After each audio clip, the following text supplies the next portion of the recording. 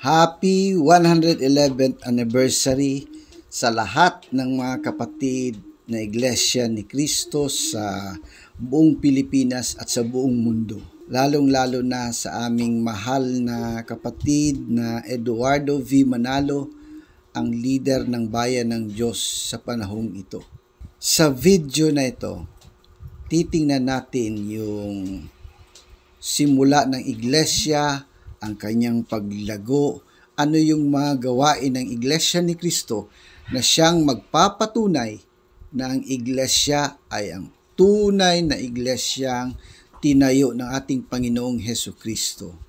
Pag-usapan din natin yung mga doktrina o aral sa loob ng Iglesia na naiiba sa ibang mga religions at siyang magpapatunay that will cement Iglesia ni Cristo as the only true religion established by Christ.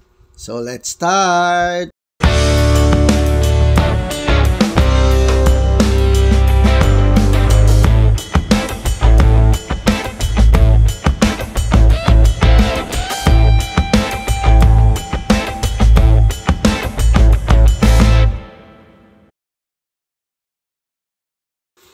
Okay, balikan natin yung simula talaga ng Iglesia ni Cristo.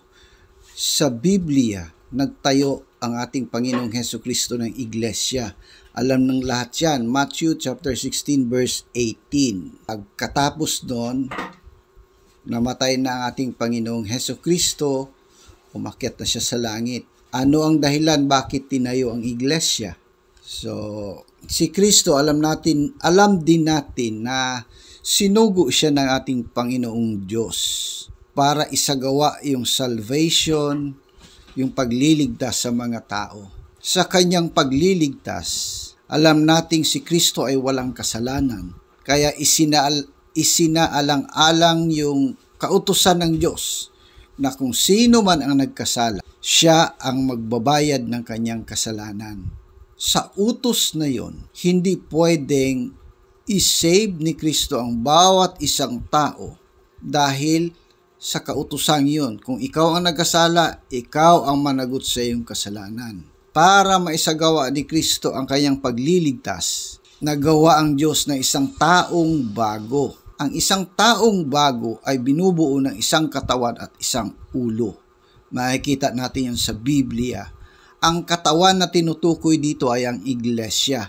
Ang ulo naman ay si Kristo. Nakasulat din sa Biblia na sa Iglesia idinaragdag ng Diyos araw-araw yung maliligtas. Pagdating ng panahon ng paghuhukom, ang ililigtas lamang ni Kristo ay ang kanyang katawan o ang kanyang Iglesia. So yun ang Iglesia na nakasulat sa Biblia na makikita natin sa Romans 16:16 ay ang Iglesia ni Kristo. So ano ang kaugnayan ng Iglesia ni Kristo dito sa Pilipinas? Sa Iglesyang itinayo ni Kristo. Titingnan naman natin ang Biblia. Ang tinayong Iglesia ni Kristo ay nahahati sa tatlong grupo. Sa bawat panahon may tinatawag. So nagsimula ang pagtawag sa mga Hudyo. Sinundan ito ng mga Hintil. Pagkatapos nito, may binabanggit na isang kawan na wala pa sa panahong yaon. Sila'y nasa malayong dako at malayong panahon. So sa time ni Kristo, wala pa yon. So nang magkaroon ng Inquisition, mayroong Papal Tribunal, may dineclare na erehe, may dineclare na pilibustero, na ubos sa pagkapatay ang mga tunay na Kristiyano.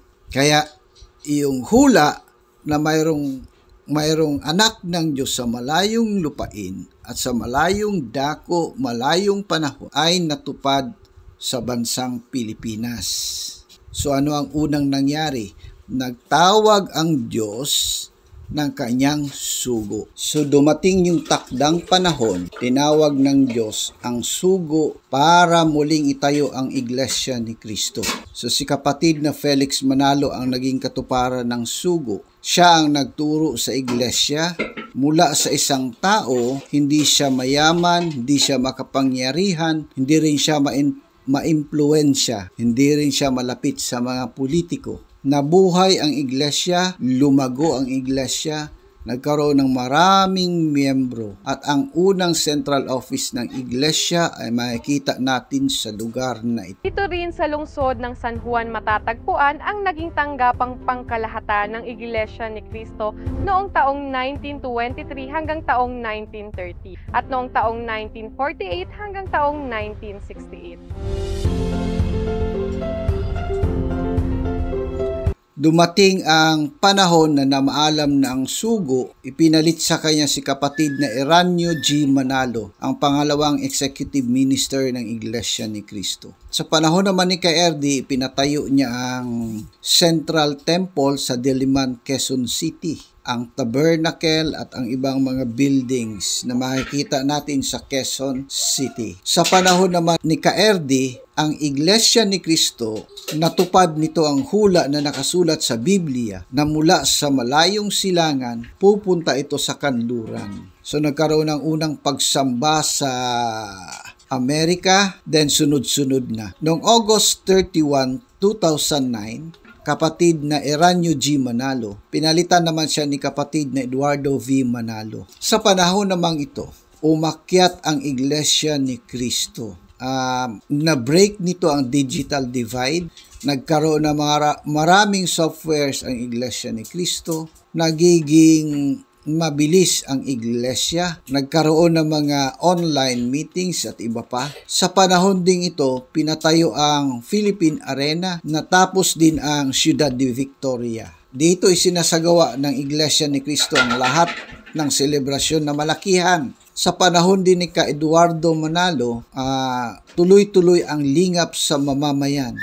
Hindi lang sa Pilipinas, kundi umabot pa ito sa buong bansa. So anong mga aral sa Iglesia ni Cristo ang naiiba na dapat na pag-aralan ng ibang mga religions? Nauna nito ay ang tunay na Diyos na sinasampalatayanan ng Iglesia ni Cristo. Ang Iglesia ay sumasampalataya na ang Diyos na tunay ay ang Ama lamang. Ang pagsampalatayang ito sa katotohanan ito ay sinusuportahan ng mga propeta kung saan sa kanilang panahon ang Diyos nila ay ang Ama lamang, ang lumikha sa lahat ng bagay. Sa panahon ng Kristiyano, ang ating Panginoong Hesus nagturo din kung sino ang tunay na Diyos. Tinuro niya ang Ama na nasa langit kung saan nung siya ay nabuhay, siya ay bumalik sa Ama na ating Ama, kanyang Diyos na atin ding Diyos. Ang paniwalang ito ay sinusuportahan din ng mga apostoles. Sa 1 Corinthians 8:6, sinabi nila na iisa lang ang Diyos, ang Ama lamang. So yun ang mga aral na naiiba. Ang paniniwala naman ng iglesia sa church o ang iglesia ang ililigtas ay wala ito sa ibang religion. Para sa kanila, hindi na kailangan ng iglesia. Para sa Iglesia ni Cristo, sa turo ng ating Panginoong Hesukristo, iglesia lamang ang kanyang ililigtas. Nakikita po yan sa Biblia. Isang aral pa na dapat ninyong pansinin ay ang sugo. Lahat ng religions, hindi ko alam kung may tinatawag na sugo. So sa iglesia, sinasampalatayanan namin na si kapatid na Felix Manalo, ang sugo ng Diyos, siya yung nagtuturo sa amin ng mga salita ng Diyos na aming sinusundan hanggang sa ngayon. Ang unity naman sa Iglesia ni Cristo ay kapansin-pansin sa lahat. Ito kasi ay hinihingi ng Diyos sa kanyang iglesia na parating united. So ang unity na ito ay makikita ng mga tao sa panahon ng eleksyon. Nakikita rin ito noong January 13 sa ginawang rally ng Iglesia ni Cristo. So yun yung mga aral, marami pa actualing aral. So kung gusto nyong malaman, pwede kayo makipag-ugnay sa mga iglesyang malapit sa inyo para naman sa proyekto ng Iglesia ni Cristo. Kapansin-pansin din sa iglesia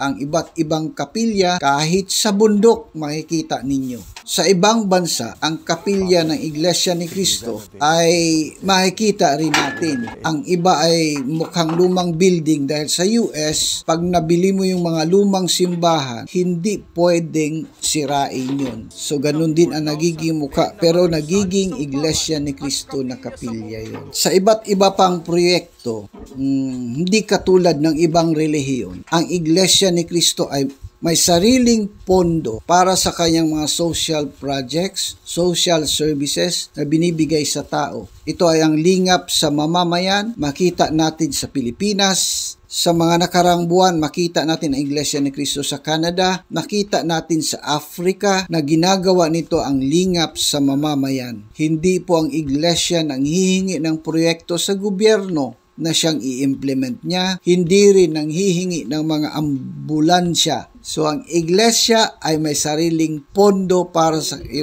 sa proyektong ito. So mga kapatid, dapat maging proud kayo na maging iglesia ni Cristo dahil ang iglesia ay gumagawa para sa kapurihan at sa kaluwalhatian ng Diyos. So para sa lahat ng mga kapatid na makapanood sa video ito, happy 111th anniversary po sa inyong lahat. So hanggang dito ang ating vlog. Huwag niyong kalimutang mag-like, huwag niyong kalimutang magbigay ng comment, at huwag niyong kalimutang mag-subscribe sa channel na ito. See you sa susunod na video.